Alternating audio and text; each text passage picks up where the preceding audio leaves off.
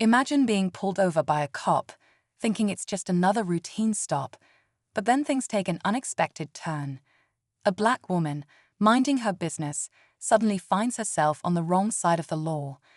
The officer's attitude is anything but professional, and his racial bias quickly becomes obvious. What happens next is shocking. This isn't just any random woman. She's a powerful state senator, yet in that moment, she's treated like a criminal. But it doesn't end there. As the situation escalates, the truth behind the officer's behavior starts to unfold in ways you wouldn't believe. What happens when the man who thought he had control of the situation realizes just who he's dealing with? And how does this encounter shine a light on the larger issue of systemic racism and abuse of power? Stick around as we dive into the story of how one woman's strength and dignity turned a moment of injustice into something far more powerful. Will the officer be held accountable, or will his actions go unnoticed? The story is just getting started. Stay tuned to find out. The tension between the woman and the cop grew thicker by the second. The officer, who had pulled her over for a routine traffic violation, immediately began questioning her with an edge of hostility. His words were sharp, his tone condescending. He seemed to assume that she was just another common driver to be dismissed and controlled. But this wasn't the case. She wasn't just anyone. She was a public servant, a voice for her community, and someone who had worked tirelessly to break barriers in a world that often tried to silence people like her.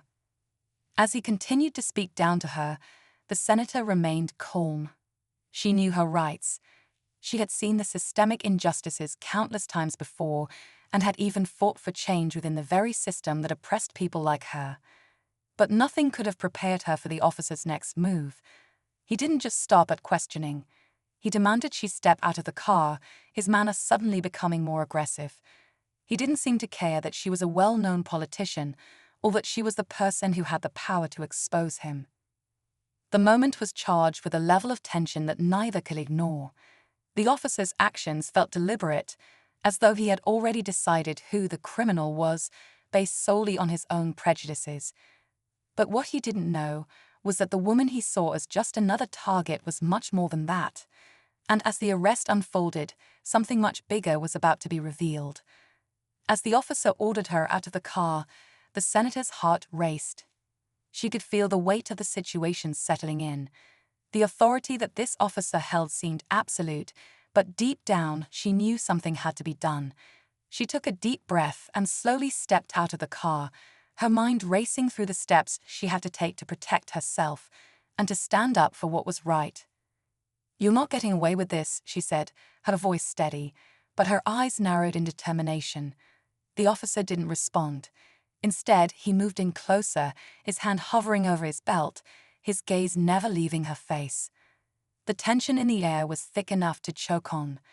Passers-by started to notice the scene unfolding, some taking out their phones, but the officer didn't seem to care.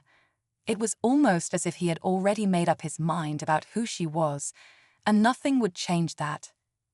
But what he didn't realize was that this woman, this black senator, had faced adversity all her life. She had been overlooked, underestimated, and disrespected for far too long. And now, in this very moment, she was going to make sure her voice was heard. In the background, a few bystanders exchanged glances, some unsure whether to intervene. They saw the senator's composure, but they also saw the officer's anger, his clenched fists as he grew more impatient. What was happening here was bigger than just a traffic stop. It was a clash between power and justice, authority and resistance. Meanwhile, the senator's mind wasn't just focused on what was happening in the present. She thought about all the times she'd fought for fairness, for equality. But today, in this small moment on a roadside, her fight had become personal. The officer had no idea who he was up against, and the ramifications of this encounter were still unfolding, layer by layer. What would happen when the truth started to unravel? Would the officer back down, or would he double down, pushing the situation further into a dangerous territory? As the exchange continued, the senator's phone buzzed in her pocket. Her assistant had sent a message, but she didn't dare look at it. She couldn't afford distractions. Not now. Not when everything was on the line. The tension mounted with every passing second, and all she could do was wait for the moment when this interaction would spiral into something much more significant. The officer's hand hovered over his belt, and every movement seemed calculated, deliberate. His eyes were locked onto her, and she could feel the heat of his stare, like he was waiting for her to make a mistake. The bystanders watched in uneasy silence, some of them instinctively stepping back, as if sensing the impending danger in the air. The senator could hear the faint hum of cars passing by, but all she could focus on was the officer's growing impatience and the feeling that something was about to snap. She didn't flinch, she didn't move. But the longer the standoff stretched, the more the weight of the moment pressed down on her. She'd have faced difficult situations before, public scrutiny, relentless debates, systemic challenges, but this felt different. The officer was not just challenging her authority, he was trying to strip her of her dignity, her humanity. His refusal to see her as an equal, as someone deserving of respect, burned deep. It wasn't just about this traffic stop anymore. It was about every time someone like her was marginalized, ignored, or silenced. "Get in the car," the officer barked, his voice rising with frustration. The senator stood firm, her body tense, yet her mind calm. She could hear the murmurs of the crowd growing louder. Some of them had started recording, their phones raised like silent witnesses to this confrontation. She knew that once the footage hit the internet, the world would see what was happening. But was it enough to make a difference? Would the officer be exposed, or would he continue to hide behind his badge and privilege? Then, a chilling moment passed. The officer's radio crackled to life, a voice cutting through the tension like a sharp blade. The words were unclear, but the officer's demeanor shifted in an instant. He stepped back slightly, almost as if he had been caught off guard. The senator saw it, the subtle shift in his posture. He knew something was coming. Was it backup? Or something else, something more unexpected? Her pulse quickened. She had no idea what the next moment would bring, but she could feel the stakes rising higher with each passing second. The officer's grip on his radio tightened, and his gaze flickered to the crowd. The bystanders seemed to sense the shift too, but the senator was still rooted in place, determined to hold her ground. Was this where it all unraveled? Would the officer lash out, or would he finally acknowledge who he was dealing with? The suspense was unbearable. The whole situation had become a powder keg, one wrong move away from exploding into something neither of them could control. And as the silence stretched on, the crowd held its breath, waiting for the next unpredictable twist. The officer's hand still hovered over his radio, his eyes darting nervously between the senator and the crowd. But then something unexpected happened, something that no one, least of all the officer, could have predicted. From the corner of her eye, the senator saw a black SUV pulling up, its tinted windows reflecting the afternoon sun. It slowed down, then came to a stop just a few feet away from the scene. For a moment, no one moved. The officer, already on edge, shot a quick glance at the vehicle. To his surprise, the door swung open, and out stepped a familiar face. The senator's heart skipped a beat. It was her colleague, a prominent figure in the state government, someone she trusted, someone who had worked with her on countless reform projects.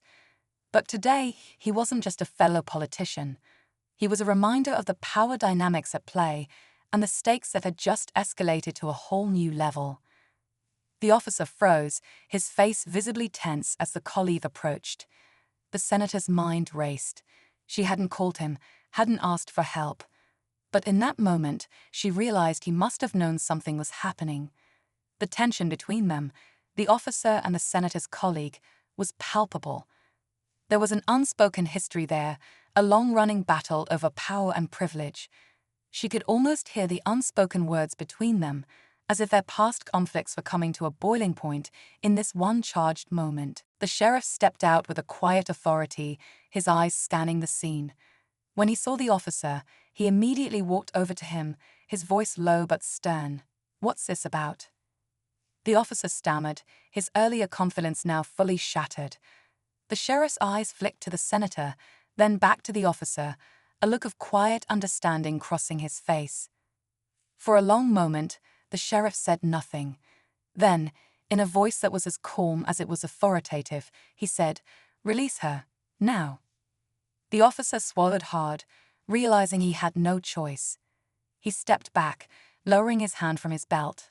"Yes, sir." But as the senator began to walk back to her car, something unexpected happened.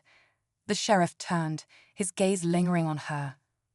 The crowd was watching, every eye trained on him. He didn't speak for a moment, but then he nodded towards her, almost imperceptibly.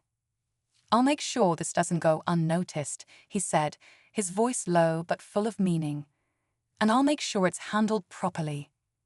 The senator stopped for a brief moment, her eyes locking with the sheriff's. A small but significant moment of understanding passed between them. Then, without a word, she climbed into her car.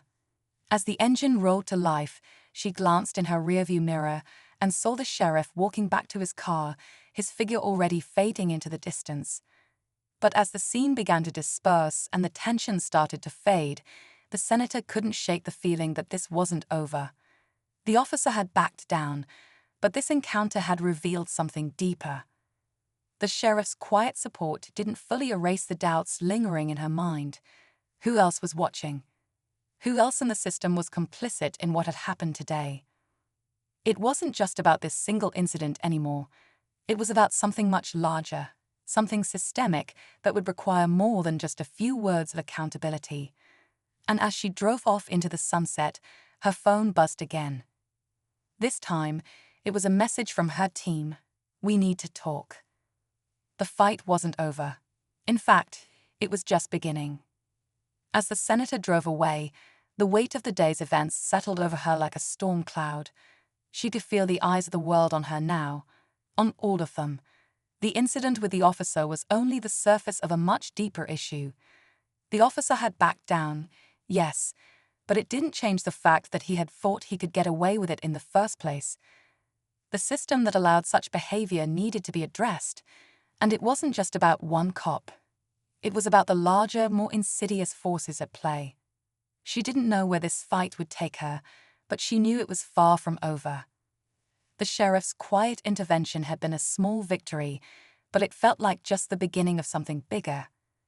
This wasn't just about one black woman, one state senator. It was about every person who had ever been silenced, marginalized, or abused by the system. And for the first time in a long while, she felt like she could make a real change. By the time she got home, the message from her team was waiting. The footage was already making waves, and the public's response was overwhelming. This was more than a story about injustice, it was a call to action. The senator knew that now more than ever, she had a responsibility to speak up, to push harder, and to make sure that incidents like this didn't fade into the background.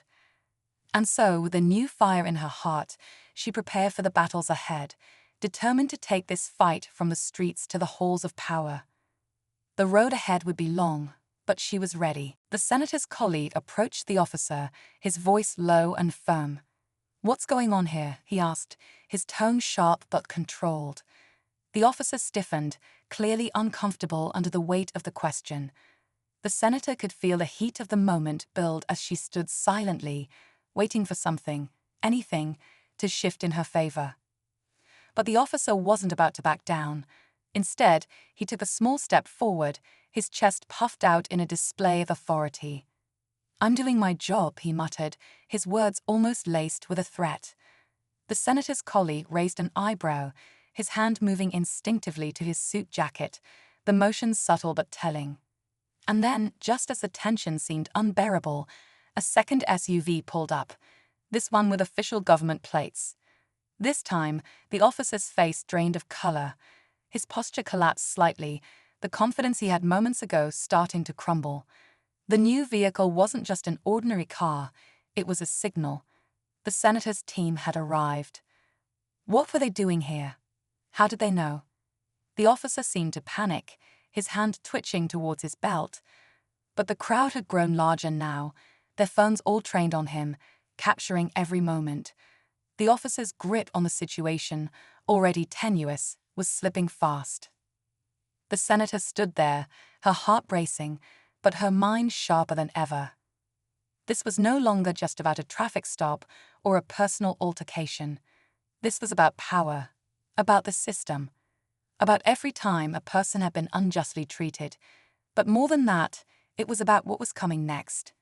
The pieces were falling into place, and something big was about to happen. Her colleague exchanged a few hushed words with the officer, but the senator barely heard them. She was too focused on the scene unfolding in front of her. She could feel the shift, the electricity in the air. The officer had no idea who he was really up against. And now, with even more eyes watching, there was no way this could stay contained. How would this end? Would the officer get away with his abuse of power, or would the system finally break